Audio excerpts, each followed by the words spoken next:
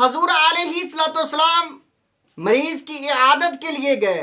داخل علی شابن، وہ مریض نوجوان لڑکا تھا. حضور علیہ الصلوۃ والسلام آپ داخل ہوئے، پاس گئے، علی شابن، اس نوجوان کے اوپر گئے.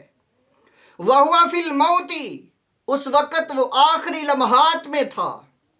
حضور علیہ الصلوۃ والسلام اس مریض کے پاس بیٹھ جاتے ہیں اور اس سے پوچھتے ہیں، تیمارداری اس کی کرتے ہیں اور فرماتے ہیں فقال کیف تجدک. حضور علیہ الصلوۃ والسلام آپ نے فرمایا اے نوجوان، آپ کس حالت میں اپنے آپ کو تو پا رہا ہے اس وقت؟ قال ارجو اللہ یا رسول اللہ، یا حبیب اللہ، میں اللہ سے بڑی امید رکھتا ہوں، وہ بڑی رحمت والا ہے، وہ بڑے کرم و فضل والا ہے. حضور علیہ الصلوۃ والسلام آپ اس مریض کے پاس، نوجوان لڑکا آخری وقت میں ہے، اور حضور علیہ الصلوۃ والسلام اس سے پوچھ رہے ہیں اے نوجوان لڑکے، تو اب اللہ کے بارے میں کیا سوچتا ہے، کیا خیال کرتا ہے، اور تیرے اوپر کیا حالت طاری ہے، تو کس حال میں ہے؟ وہ عرض کرتا یا رسول اللہ، یا حبیب اللہ. قال ارجو اللہ یا رسول اللہ، یا حبیب اللہ، میں اللہ سے بڑی امید رکھتا ہوں.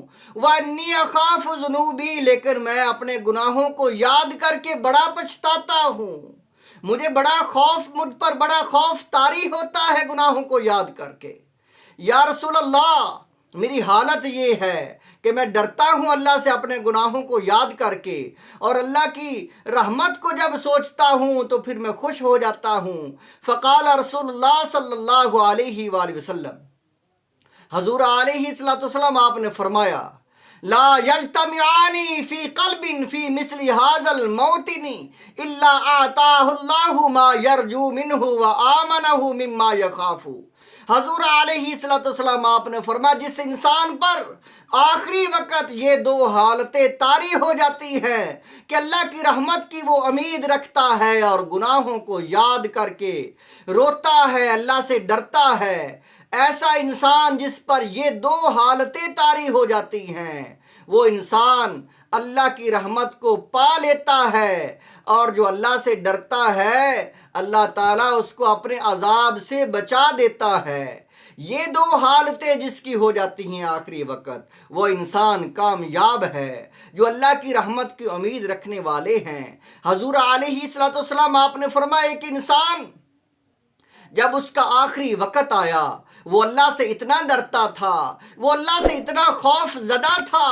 حضور علیہ الصلوۃ والسلام آپ نے فرمایا جب آخری وقت آیا، اس نے اپنی اولاد کو وصیت کی کہ جب میرا انتقال ہو جائے، جب میں فوت ہو جاؤں تو مجھے راکھ کر دینا، مجھے جلا دینا، آگ لگا کر میری راکھ بنا دینا.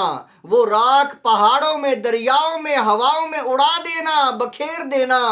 میں اگر اللہ کی بارگاہ میں حاضر ہو گیا تو میں بڑا ڈرتا ہوں اللہ سے، میں بڑا گناہ گار ہوں، میں بڑا خوف زدہ ہوں اللہ سے. حضور علیہ الصلوۃ والسلام آپ نے فرمایا اس کی اولاد نے ایسا ہی کیا.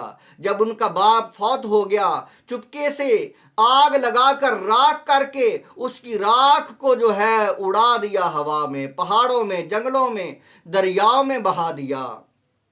تو اللہ تعالیٰ نے اس انسان کو جو اللہ سے ڈرنے والا تھا اس کو زندہ کیا، اپنی بارگاہ میں کھڑا کیا اور پوچھا اے میرے بندے، ایسا تو کسی نے نہیں کیا، تو نے یہ کیا کر دیا، یہ کیا وصیت کی، اور تیری اولاد نے تیرے ساتھ کیا کر دیا، تیری راکھ کو جو اڑا دیا، بہا دیا.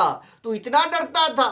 وہ اللہ تعالیٰ کی بارگاہ میں وہ کھڑا ہے اور خوف زدہ ہے. یا اللہ، میں گناہ گار ہوں، تجھ سے بڑا ڈرنے والا ہوں، تیرے ڈر کی وجہ سے میں نے یہ کیا تھا. اللہ تعالیٰ نے فرمایا اے میرے بندے، جو مجھ سے ڈرتا ہے میں اس کو معاف کر دیتا ہوں.